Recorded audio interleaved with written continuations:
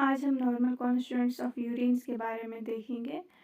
The normal constituents of urine are water, inorganic sulfates, phosphates of sodium, potassium, chlorides of sodium, potassium, and salts of ammonia, nitrogenous constituents and nitrogenous organic compounds जैसे कि urea, uric acid, creatinine, hippuric acid and organic sulfur containing compounds, example ethereal sulfates। अब हम physical characteristics के बारे में देखेंगे। Volume 800 to 1800 ml per 24 hours। Colour जो होता है वो होता है pale yellow due to pigment urochrome. Appearance freshly voided is clear and becomes turbid on standing due to preparation of phosphates and urates।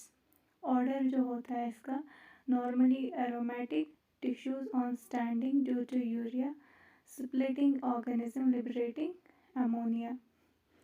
Specific gravity measured using urinometer calibrated at 15 degrees Celsius or 20 degrees Celsius। Temperature correction is applied as for 3 degree rise at 0.001 to observe specific gravity, for 3 degree fall substrate 0.001 from observed specific gravity, normal specific gravity 1.010 to 1.022, total solids units gram per liter, last two digits of specific gravity are multiplied by 2.66, log's coefficient।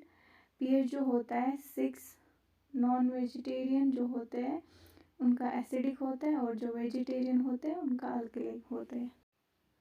अब हम chemical constituents इसके देखेंगे। Inorganic constituents cations like sodium, potassium, magnesium are excreted in association with anions like chloride, SO4 negative, PO4 negative, etc.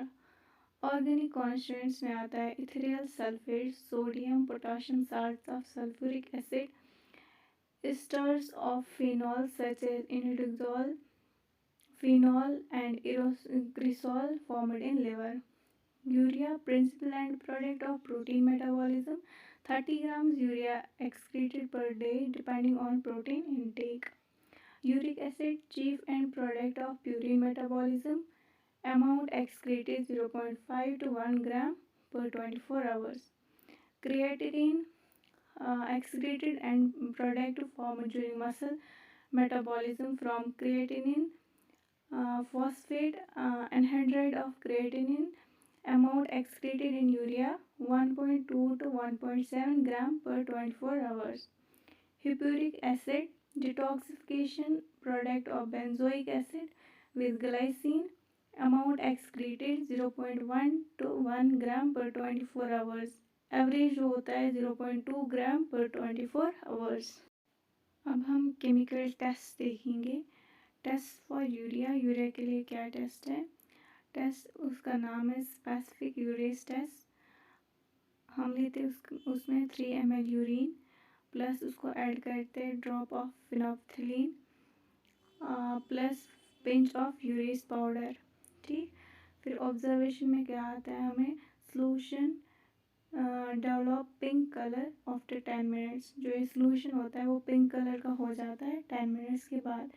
Influence क्या होता है? Urea is hydrolyzed by urease enzyme to form NH4,2CO3 which makes solution alkaline, phenolphthalein turns pink।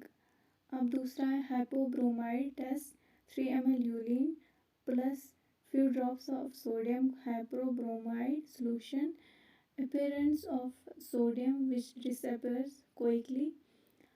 Urea decomposes by hypobromide to release sodium gas.